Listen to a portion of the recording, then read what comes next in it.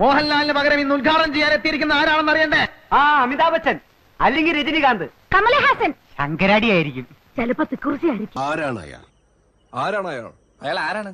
മലയാള സിനിമയുടെ അഭിമാന ഭാജനവും കോളേജ് കുമാരികളുടെ സ്വപ്നകാമുകനും മലയാള ചലച്ചിത്രവേദി ഇന്നോളം കണ്ടിട്ടില്ലാത്ത അതിശക്തനായ നടനും തിരക്കഥാകൃത്തും സർവോപരി ഒരു കോളേജ് പ്രൊഫസറുമായ ശ്രീമാൻ പച്ചക്കുളം വാസു.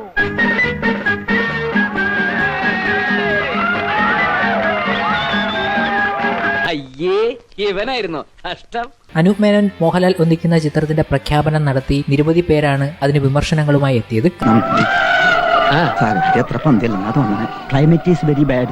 സഹോദര, സംഗതി എനിക്ക് വിട്ടേരെ. ഇതിലും ഭീകരമായ സാഹചര്യങ്ങൾ ഞാൻ എന്റെ അനൗൺസ്മെന്റോട് മാത്രം അതിജീവിച്ചിട്ടുണ്ട്. എവിടെ ദൃശ്യം സിനിമയുടെ 3-ാം പതിപ്പ് പ്രഖ്യാപിച്ചു. നടൻ മോഹൻലാൽ സമൂഹ മാധ്യമ പേജിലൂടെയാണ് പ്രഖ്യാപനം നടത്തിയത്.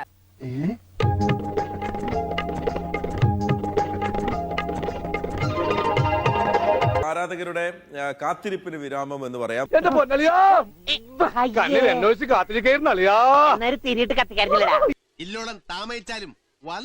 മോഹൻലാൽ തന്നെ അദ്ദേഹത്തിന്റെ ഔദ്യോഗിക ഫേസ്ബുക്ക് പേജിലും സമൂഹ മാധ്യമ പേജുകളുടെയും ദൃശ്യം 3-ന്റെ വരവിനെ ഇപ്പോൾ ഔദ്യോഗികമായി സ്ഥിരീകരിച്ചിരിക്കുകയാണ്.